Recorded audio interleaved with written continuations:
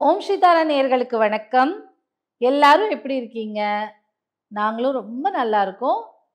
இப்போ நான் என்ன பேச போறேன்னு பார்த்தீங்கன்னா, ஃப்ளவர் ரெமிடீஸ் மலர் மருத்துவம் பத்தி தான் பேச போறோம். நெறைய பதிவுகள் போட்டிருக்கோம். ஆனாலும் கொஸ்டின்ஸ் என்ன வருதுன்னா, எப்படி யூஸ் பண்றது தெரியல. நீங்க வெறுமனே சொல்லிடுறீங்க அப்படின்னு. அவர்களுக்காக தான் இந்த பதிவு. மலர் மருத்துவம் உங்களுக்கு எங்க கிடைக்கும்னு பார்த்தீங்கன்னா, ஹோமியோபதி கடையில போய் கேட்டீங்கன்னா, கண்டிப்பா மலர் மருத்துவம் கிடைக்கும்.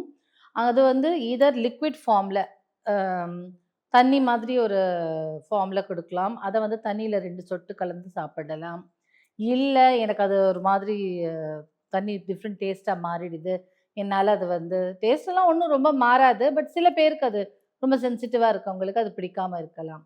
சுகர் பில்ஸ் குட்டி குட்டியா சர்க்கரை உருண்ட மாதிரி ஒயிட் ஒயிட் பால்ஸ் இருக்கும். இந்த பால்ஸ வாங்கிட்டு, நீங்க என்ன காம்பினேஷன்ல உங்களுக்கு சொல்றாங்களோ அத வாங்கிட்டு கையில படாம ஜஸ்ட் அந்த கப்புக்குள்ளேயே அந்த மூடி மேலேயே போட்டு வாயில போட்டுட்டு உமிழ்நீரோட சேர்த்து சாப்பிடணும். இதுதான் மலர் மருத்துவத்தை எடுத்துக்கொள்ளும் முறை.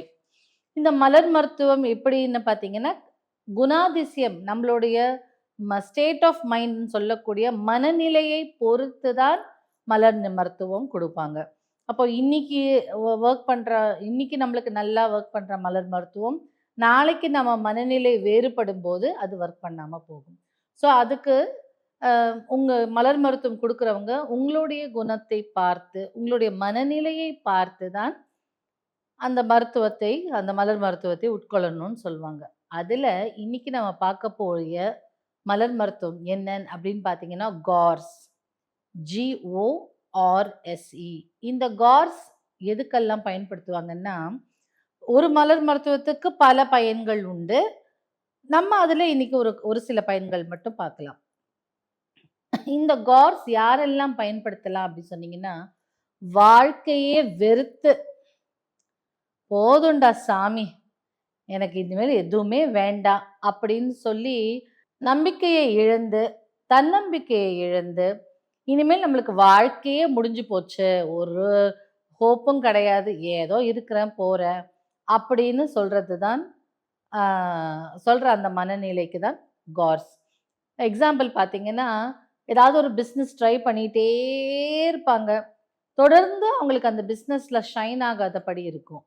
இல்ல நெறைய சயின்டிஸ்ட்லாம் வந்து ட்ரை பண்ணிட்டே இருப்பாங்க. கடைசியில அது அ ம் அது வந்து ஒரு ஒரு ஒரு பாயிண்ட்ல வந்து, இது அவ்வளோதான் போல இருக்கு. என்னால இதெல்லாம் வந்து ரியாக்ட் பண்ண முடியல. இதெல்லாம் வந்து அ கண்டுபிடிக்க முடியல. அப்படின்னு கிவ் அப் பண்ண சயின்டிஸ்ட்டும் இருக்காங்க.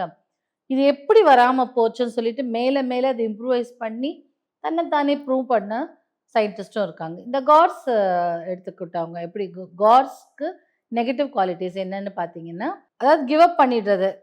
சான்ஸே இல்ல. இனிமேல்லாம் அது உருப்படாது. இதெல்லாம் ஒர்க் அவுட் ஆகாது. நானும் எவ்வளவோ ட்ரை பண்ணிட்டேன். அப்படின்னு சொல்லி வெறுத்து போய் நம்பிக்கையை இழந்து, ஏதோ இருக்கேன், போறேன் அப்படின்னு. இந்த காட்ஸ் இருக்கிறவங்க டாக்டர் கிட்ட போனா கூட என்ன சொல்லுவாங்கன்னா, "டாக்டர், எனக்கு வந்து உடம்பு சரியில்ல. நானும் பல மருத்துவத்த பார்த்துட்டேன். பல மாத்திரைகள், பல இன்ஜெக்ஷன் போட்டாச்சு. ஆனாலும் எனக்கு சரியால. அதனால இவங்கெல்லாம் எங்க வீட்லலாம் ஃபோர்ஸ் பண்றாங்கன்னு வந்தேன். எனக்கு உங்க மேலயும் நம்பிக்கை இல்ல, உங்க மெடிசின் மேலயும் நம்பிக்கை இல்ல." அப்படின்னு டாக்டர் கிட்டயே சொல்லக்கூடிய நபர்கள் தான். ஏன்னா, அவங்களுக்கு நம்பிக்கை இருக்காது. ஏன்னா, அவ்ளோ கஷ்டத்த. கார்ஸ் வந்து வாழ்க்கையின் எல்லைக்கு ஓடினேன், ஓடினேன். வாழ்க்கையின் எல்லை வரை ஓடினேங்கிற மாதிரி, ஓ அந்த லாஸ்ட்டுக்கு போயிட்டு, வேண்டவே வேண்டாம். எதா இருந்தாலும் பரவால்ல. அடிக்கிறியா அடி, வாங்கிக்கிறேன். அப்படிங்கிற மாதிரி, அப்படியே எல்லாமே இழந்து இருக்கவங்க. எஸ்பெஷலி ஏமாற்றப்படுபவர்கள், நம்பிக்கை துரோகம் படுறவங்க இருக்காங்க இல்லையா? நம்மளுக்கு யாராவது ரொம்ப பிடிச்சிருக்கும். மனதார அப்படி ஒரு அன்பை கொடுத்திருப்பாங்க. திடீர்னு அவங்க வந்து நம்மள விட்டு பிரியிற நிலைமை வரலாம். அந்த பிரிவை தாங்க முடியாம, போச்சு எல்லாம் போச்சு. அவ்வளோதான் முடிஞ்சு போச்சு. இனிமேல் ஒண்ணுமே இல்ல." அப்படின்னு ஒரு ஹோப்லெஸ்னஸ்ன்னு சொல்லக்கூடிய ஒரு எல்லாமே இழந்துவிட்ட சூழ்நிலை, நம்பிக்கை. அதுக்கப்புறம் எவ்வளோ பிசினஸ் பண்ணிட்டேங்க.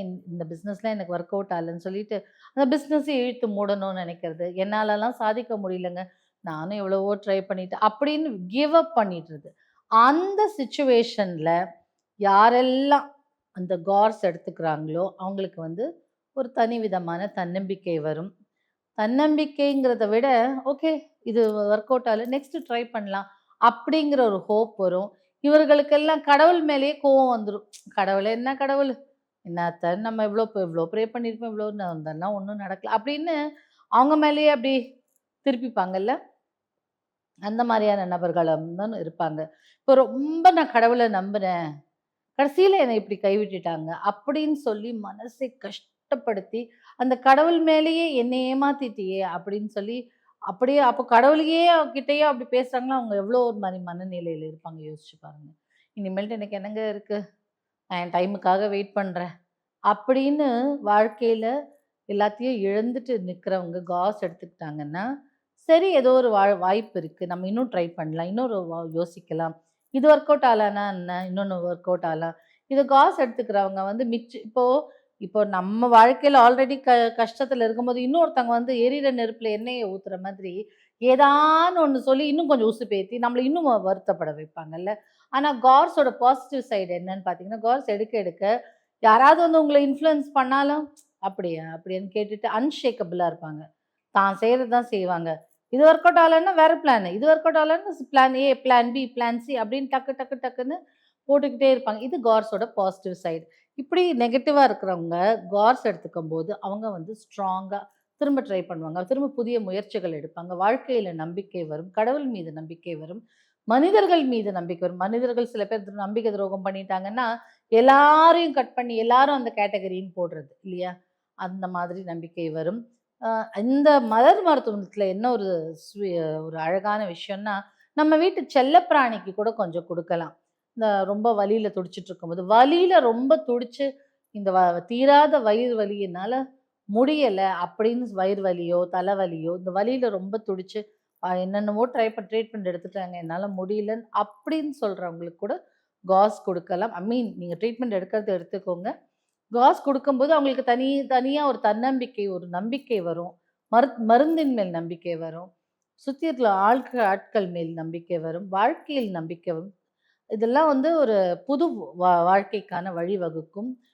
உங்கள சுத்தி யாராவது நம்ம ரொம்ப பிடிச்சவங்கள இழந்திருந்தாலும் சரிதான், இல்ல ஏமாற்றப்பட்டிருந்தாலும் சரிதான், பெரிய லாஸ் ஆயி இதுலருந்து நான் வெளியிலேயே வர முடியாது, அப்படின்னு அவ்வளோதான் முடிஞ்சு போச்சு, அப்படின்னு நினைக்கிறவங்களுக்கு காஸ் குடுத்து பாருங்க. அவங்க ஃபர்ஸ்ட்டு ஒரு 3 டைம்ஸ் ஒரு நாளைக்கு குடுத்து பாருங்க. அதுக்கப்புறம் கொஞ்சம் கொஞ்சமா குறைச்சுட்டே வருங்க. அவங்க மனநிலை மாற மாற மாற டோசேஜ் குறைச்சுட்டே வாங்க. ட்ரை பண்ணி பார்த்துட்டு சொல்லுங்க.